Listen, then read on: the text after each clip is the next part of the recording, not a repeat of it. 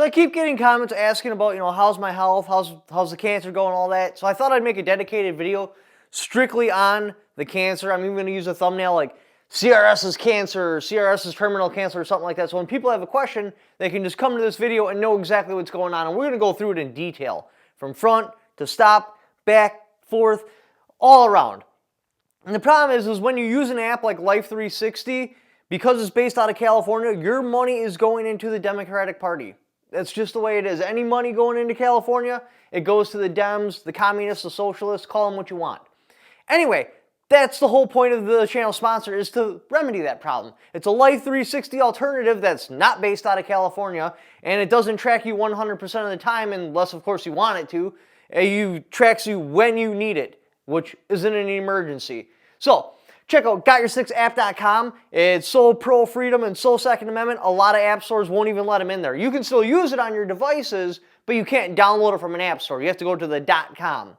Anyway, thank you for the channel sponsor. It's really awesome to have a channel sponsor because obviously the last channel sponsor I had went to federal prison. It makes it a little bit difficult. So make sure to show him some love so he knows that he can show me some love in the future.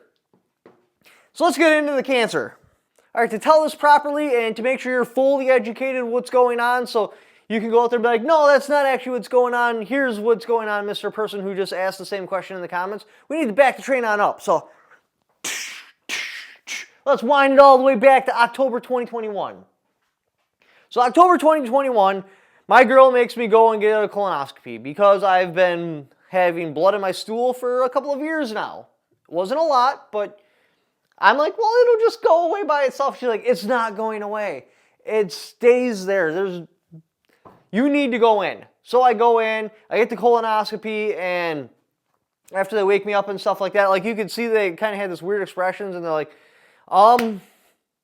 we found a 40 millimeter growth in your butt. If you're not from a European country, you're like, well, what's 40 mil? It's about 2 inches. Or think a 40 millimeter Mike. A grenade launcher. So those grenades that Arnold had on his chest, those are 40 millimeter. That's how large it was. Which makes sense because I constantly had to feel like I had to use the bathroom even when I would use the bathroom. So I was always sitting on the toilet. Anyway, so they cut that out of me. And then a little bit later, they call me back and they're like, well, we sent it in and we got it tested and it did test positive for cancer. So the problem is when we cut it out, we had to take it out in sections. We couldn't take it out as one whole piece.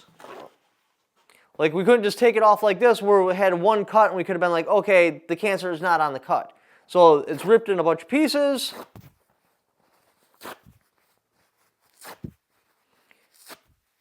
So we'll say this piece right here, on the cut itself, is where the cancer was. And they're like, if that part was connected to your colon lining, and we don't know, it could have been, it's very possible you have cancer coursing through your bloodstream right now, infecting other organs. You could possibly die. I'm like, oh man, well that's not good at all. And they're like, all right, so this is what we're going to do. We're going to do a CT scan. And it's basically a CAT scan. They did that one, and then the one where they pushed me through the donut, and we're going to scan your body, and we're going to look for cancer, right? So I get the results back from the CT scan in November 2021, and they're like, look, your CT scan came up clean-ish. So there's a bunch of growths on your lungs, and we need to scan you like, we'll say every 6 months just to make sure they're not growing and to make sure they're actually benign and to make sure you're good and healthy. I'm like, oh, yeah, we should probably do that. Because I do feel like God's had my back this whole entire time. I've had nothing but blessings coming on me. A lot of the blessings were in the form of you guys helping me out. Thank you. Me and my family could not have done this on our own. This would have been wild. I would have came out and not had anything. I would have been stripped down to the bare bones. Most people lose their wives and stuff while they're in prison. I believe that your guys' support was another reason why that didn't happen. Just having so much blessings put on me. Like I said, a lot of them in the form of you guys has just made this whole thing a lot easier to deal with. Intolerable. I could handle it. So anyways, that happens. Now I want to change a venue. I'm out on the street now. I want to bring this case to Wisconsin for a couple of different reasons. A lot of the big one was because my co-defendant in front of the judge in Florida was like, there's no combination of circumstances where you're safe on the street. Like, he's out right now. Is that not a combination of circumstances? What, do you plan on executing him or giving him life? How can you say there's no combination of circumstances with him being not safe on the street when he's been a concealed carry holder his entire life and he has a 100% clean record? Now all of a sudden he's a public safety matter? So anyways, they lock him up and I don't get locked up. So I'm like, well, clearly I want to be tried in Wisconsin because they have an idea of reality. Like, dude's literally like, I'm looking at 3 factors why I'm going to come to my decision. 1 is you're a first-time offender. 2, we're talking about machine guns, which is a serious that's serious. 3, I went and actually looked at this auto key card thing, and I don't know what it is, but I deal with real criminals. You're free to go. So obviously, I want to go to that courthouse because they have a grasp of reality. They clearly are not retarded like the one in Florida.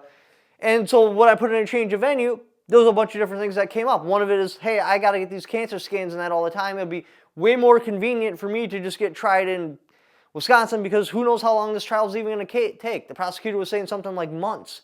And now I'm also having to go back and forth to Florida constantly for all these little court dates.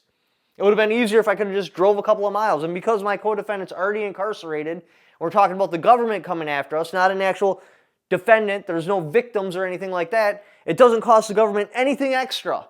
There's no extra burden on them to have this trial happen in Wisconsin. But of course, they didn't want to do that because obviously of what the judge said.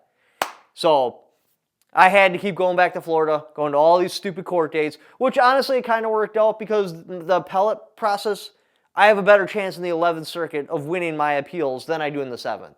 The 7th is without a doubt less gun-friendly than the 11th. So, I mean, it kind of worked out. Yeah, I could have probably just beat my trial in Wisconsin and not had to go to prison at all. But if I would have went, I'd rather be going through my appeals in the 11th than the 7th. So, that being said, that was another place where the cancer had come up. And basically when that had came up, the prosecutor was like, well, I have cancer too, and your cancer is less important than mine because I have to get surgery and have to go through chemo and stuff like that. So you don't even really have cancer. Now that's not verbatim what she said, but that's the gist of it. Because right at the beginning of the court date, she's like, hey, I got cancer appointments and stuff like that. I'd like, it agreed right now that you guys are going to be lenient to this and give me freedom and let me do what I can do. And I was like, well, I got the same thing. I also got appointments and stuff. I'd like the same courtesy. And she snapped at me right on the courtroom. The judge was like, you can't talk to the prosecutor directly. You need to talk to your lawyer. And the lawyer needs to talk to me. And then we need to talk to the prosecutor. But no, that's not going to happen. So I'm like, oh, well, whatever then. So now we're moving on. That was the next time cancer was brought up. Then I get incarcerated. And I know my girl had brought it up. I don't know if she brought it up in an actual video. But so I'm incarcerated and I'm supposed to be getting these scans and they're not happening. I show up at county and I'm like, hey, I got cancer. I need to get scanned. And they're like, so? What do you want us to do about it? I'm like, well, no, I need to go get scanned. Apparently they didn't take it seriously. Maybe I didn't present it to them seriously because some people did go to the hospital. I wasn't one of them. I wasn't able to get dental work done and I wasn't able to get any sort of cancer treatment done. So I get out of county and I finally wind up at prison. There was some sort of discrepancy, like it wasn't written in my PSR properly or something like that. So I was incarcerated for like a year and a half before I finally got to medical and I was like, hey, I need these scans. Let's get these done. And finally somebody somehow was like, holy crap, we just seen it on your file. Yeah, you should have been getting scans this whole entire time. We need to get you in. So that happened. My last scan did come out good, so I'm okay on that. And then I put in for my 821. The 821 is because I'm a 0-point offender. It's a nonviolent crime. It has no firearms in it. There's 2 other things on there that I definitely didn't do. As long as you don't have these 5 factors and you're a first-time offender, the Sentencing Commission told the federal judges like, hey, you guys are over-sentencing people. They don't need to be going away that long for these crimes. We want you to drop everybody by 2 points. The problem is they didn't make it mandatory. What they did is they made it the judge's discretion. So you have to put in for an 821. But before you can put in for the 821, you need to petition the warden that, hey, I qualify for this 821, send me home. The warden isn't going to grant it. The only chance you ever have of getting let go by a warden is you got to be dying. So the only form they have is a terminal form, right? And even then, filing a terminal form, a lot of times the warden ain't going to let you go. He's still going to kick you back to the courts, and the courts are going to have to let you go because, yeah, he's got the power to, but the last thing he wants you to do is show up on CNN and commit some sort of crime. This is their justification because I asked about that. I'm like, why are they holding us here longer than they need to? Why are they screwing up all of our First Step Act? And why won't they let people go when they should be going. They're like, well, we don't want to let anyone go and then have them show up on CNN that they committed a crime, and now CNN comes and talks to us like, hey, you could have had them incarcerated while this crime was happening. What's going on? That's their justification. So anyways, the only form they have is a terminal form. Not terminal cancer, just terminal. And it has like 4 or 5 different things of what you're terminal of. Yeah, I wrote right in the box, I'm not terminal, I'm applying for my 821, I have to do this, it's part of the process, I have to write you. Anyways, the prosecutor got a hold of this form, and even though I wrote right in the box, this is about the 821, somehow there was some sort of confusion. I think it was malicious, but we're going to pretend that there's some sort of confusion, and now all of a sudden she's putting in motions trying to deny my terminal cancer release. And I did not put in for a terminal cancer release. I put in for an 821. The 821 I should have got.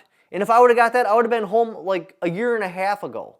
Anyway, so she puts that in, and I believe it was malicious. The whole point was to try to discredit me because they're getting their ass kicked in the court of public opinion. It's not standing up very well because anybody can look at the auto key card and be like, why was he incarcerated for a drawing? And if he gets incarcerated for a drawing, what's not a machine gun? If this is a machine gun, what's not then? Answer that question. Well, we can answer that, we can move forward. But until you can answer that, why is he incarcerated? And so I believe it was to try to discredit me because when it comes to social media and stuff like that, your capital, your what you have, the only thing you can present to your audience is credibility and truthfulness. Once you lose that, once you lose your credibility, once you lose your truthfulness, unless you're making some sort of like channel where it doesn't matter, which almost all channels do, there's exceptions where it don't. There really is, but usually that's your currency, is the fact that you can trust me. And I believe that was there to try to undermine that or tear that down or discredit that, because you can look right at the form. It says right on there, I'm applying for an 821. I also put in a motion with that, because you got to send a copy of that form with your 821 motion to the court. So he's applying for his 821. Here's the motion. Here's the reason why he thinks he should get an 821. Because you have to file that release. Here's the form to the warden. It says right on there, I'm applying for my 821. So I have these 2 pieces. I'm going to somehow construe it in my head that he's trying to go home on terminal cancer when it's obvious he's not. So that was the whole blow up with that. So that hits the wire, and everyone's making videos that, oh, CRS has got terminal cancer, because that's what the prosecutor said. I didn't say that. My lawyer didn't say that. Nobody endorsed by me said that. The prosecutor said I had terminal cancer. That's what's up with the whole terminal cancer thing and where that all came from. So now that you guys are educated, now that you know, if you see something in the comments, I try to answer as many as I can that, hey, I'm healthy. Don't worry, I appreciate the support and the love. But just pass that message on like, hey, he doesn't have terminal cancer. No, he wasn't trying to fake it. No, he wasn't like trying to like get sympathy by saying he had terminal cancer. He literally like got screwed over by the government again on this particular thing. They were trying to undermine his name. That's why it came out that he had terminal cancer. He doesn't really have it. And that's the whole point of this video, is just so everybody knows what's going on and why it was probably lied or fabricated that I had terminal cancer. Anyway, if you'd like to help support the channel directly, a great way to do it is only tech fans at Shopify.com, where you can buy tourniquets, which are the cheapest peace of mind you can get. For under $50, you can get a peace of mind that if a life-threatening injury happens and it's not in the core, you have the ability to stop it. So that's pretty cool. All that money from that store goes to me, and that's important because I'm permanently demonetized from YouTube because of what all of this government did. So that's how I pay my bills. That's how I support my family. So shop at Only Take Fans at Shopify.com. If you don't want to shop there and you still want to help support the channel, the next best way to do is go down in the description, click on that Amazon affiliate link. Just by clicking on it and doing the Amazon shopping you were already going to do anyway, I get a little kickback for it because you came there off my channel. Thank you for watching. Don't forget to subscribe.